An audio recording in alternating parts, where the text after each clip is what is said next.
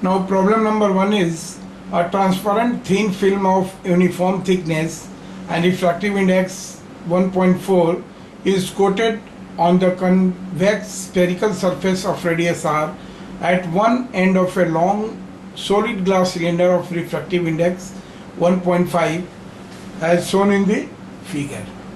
This is the figure. इस figure में now rays of light parallel to axis of the cylinder traversing through the film from air to glass get focus at distance f1 from the film, while rays of light traversing from glass to air get focus at distance f2 from the film. Then these are the options. If mod of f1 is equal to 3r, mod of f1 is equal to 2.8r, mod of f2 is equal to 2r and mod of f2 is equal to 1.4r.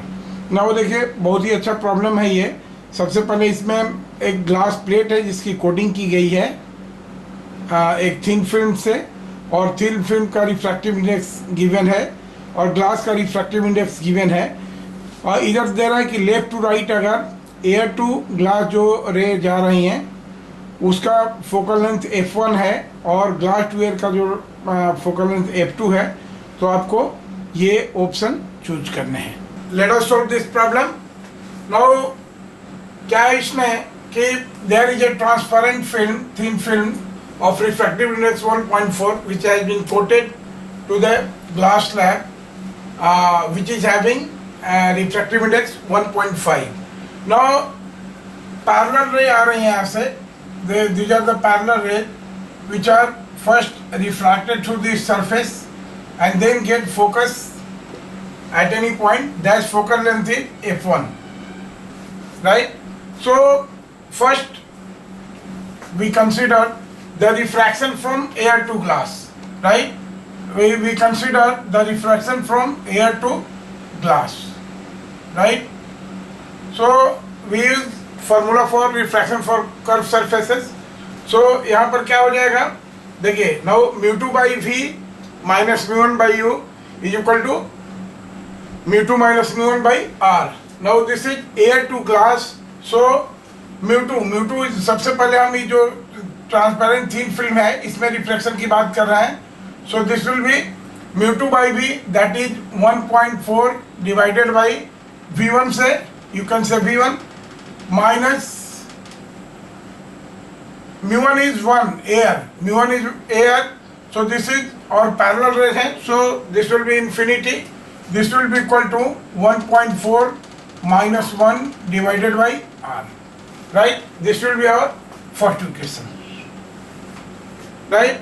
Now अब ये image जो v1 में form होगा, यहाँ पर कहीं ये image जो v1 में फॉर्म होगा, that is suppose to be made in this transparent thin film of refractive index 1.4, right? So अब सेकेंड रिफ्लेक्शन, वो इमेज को इस थिन फिल्म में कंसिडर करने के बाद सेकेंड रिफ्लेक्शन हम second surface that is thin film and glass के बीच में हम लोग जब रिफ्लेक्शन करेंगे तो वहाँ पर क्या हो जाएगा, mu2 by v that is 1.5 divided by v final कहें हम इसको, माइनस अब ये तो इस थिन फिल्म में है v1 डिस्टेंस पर, so this will be 1.4 divided by v1.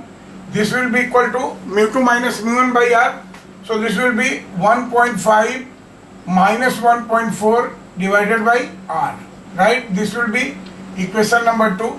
Now अगर इसको सिंपली हम ऐड कर दें तो ये दोनों टर्म कैंसिल हो जाएगा, राइट? और देखिए जब इमेज पैरेलल है तो इन्फिनिटी पर इसी को हम लिख सकते हैं directly. We can write that image parallel ray जहाँ पर फोकस होती है उसी को हम लोग बोलते हैं focal length. So this will be simply 1.5 और इसी को हम लोग कह सकते हैं f1, right? This will be equal to how much, देखिए ये -1 बाई इन्फिनिटी, ये 0 हो गया टर्म. यहाँ पर क्या हो जाएगा देखिए, इसमें से दोनों r है तो सिंपली वी आर एडिंग, तो 1.4 ये खत्म हो जाएगा. 1.5 minus 1 this will be equal to 0.5 divided by r and from here we have देखिए f1 इज इक्वल टू कितना हो जाएगा, F1 will be equal to, देखिए ये आर इधर चला जाएगा 0.5 3 टाइम्स हो जाएगा, तो this will be equal to 3R, right. F1 will be equal to 3R, and I think this will be option A. This is the option A, so option A is correct, right. तो ये तो first case हुआ. This is ये more than one choice वाला problem है. Now second time अब ये बोल रहा है कि जब when parallel rays from glass to air are refracting at a distance F2, तो उस केस में हम लोग सेकेंड रिफ्रैक्शन कंसीडर करेंगे from glass to air, right, from glass to air. जब वो रिफ्रैक्शन कंसीडर करेंगे तब देखिए यहाँ पर ग्लास है, तो ग्लास से सबसे पहले ट्रांसपेरेंट फिल्म में जाएगी और उसके बाद फिर एयर में जाएगी. तो now this is glass to film का है पहला स्टेप. अच्छा, ग्लास टू एयर फाइनल है 2 स्टेप में, तो इसको हम लोग ये करें. So this is μ2 by B. अब μ2 यहाँ क्या हो जाएगा 1.4 डिवाइडेड बाई, फिर यहाँ से हम करें V1 ऐसे ही माइनस 1.5 μ1 बाई U. तो दिस विल बी इंफिनिटी, क्योंकि अब इधर से पैरेलल रेज आ रही है. देखिए इसको हम डिफरेंट कलर से दिखा दे रहे हैं. नाउ ये पैरेलल रे यहाँ से इस डायरेक्शन में जा रही हैं, and this will be focus at a distance F2 we can say, right. तो इनके लिए एक्सप्रेशन है, this will be μ2 minus μ1 by R, right. तो 1.4 minus 1.5 divided by R, this will be question number 3 we can say, right. and finally जब ये focus होगी, अब ये देखिए अब ये इमेज जो बनेगा V1 उसको मानेंगे कि ये ट्रांसपेरेंट थीन फिल्म में है, और फिर इसको जब हम फाइनली यहाँ से अब थीन फिल्म टू एयर में रिफ्रैक्शन होगा तो वहाँ पर हम ये करें, दैट विल बी माइनस, अब ये एयर है तो μ2 बाई बी, यहाँ पर हम लिखेंगे कि 1 बाई ये V फाइनल इमेज है, minus μ1 by U. So this will be 1.4. This will be 1.4 divided by U. This will be 1.4 divided by V1, right. This will be μ2 minus μ1 by R. So 1 minus 1.4 divided by R. This will be question number 4. और simply अगर इसको add करेंगे तो देखिए ये cancel हो गया. Finally क्या मिल जाएगा यहाँ से, वी हैव 1 बाई V, और इसी को हम लोग बोलेंगे, इसी को जो पैरेलल रेज जहाँ पर फोकस होती है वही F2 होता है, फोकस होता है. तो 1 by F2 will be equal to how much, देखिए यहाँ से सिंपली दोनों को ऐड करें, 1.4 माइनस 1.5, और ये कट गए तो 1 minus 1.5. So this will be equal to, देखिए 1.4 माइनस 1.5 और प्लस 1 माइनस, तो ये कट गया 1 minus 1.5 which will be equal to minus 0.5 divided by R, right. So we have F2 is equal to, from here we have F2 is equal to 2R minus 2R actually.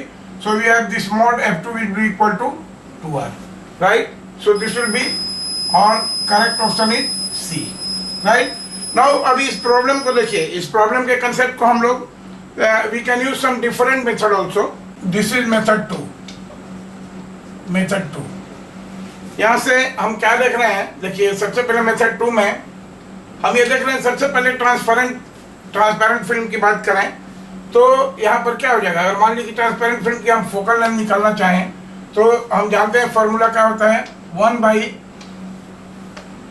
F of this film, 1 by F of this film कितना हो जाएगा, this is μ2 minus 1, this is n1 minus 1 or into 1 by r1 minus 1 by r2. Now this is 1 by r minus 1 by r. यहाँ से 1 by r ये cancel हो जाएगा तो 0, and this will give us कि f of film will be equal to infinity, right. So जब f infinite हो गया, focal length infinite हो गया, so refraction will not take place. Refraction will not take place. Not take place through film, right. अब इसमें film में reflection नहीं होगा क्योंकि it will just be have like a goggles में जो दोनों रेडियस ऑफ कर्वेचर सेम होता है तो वहां से रिफ्लेक्शन नहीं होगा. और तब हम क्या कर सकते हैं कि डायरेक्ट देखिए, अब फिल्म में तो रिफ्लेक्शन नहीं हो रहा है, जो पैरेलल ले आएंगे वो पैरेलल जाएंगी, रिफ्लेक्शन होगा ही नहीं. तो यहाँ से हम ये कर सकते हैं सेकेंड केस कि अब हम लोग ले सकते हैं air to glass. Now we consider air to glass.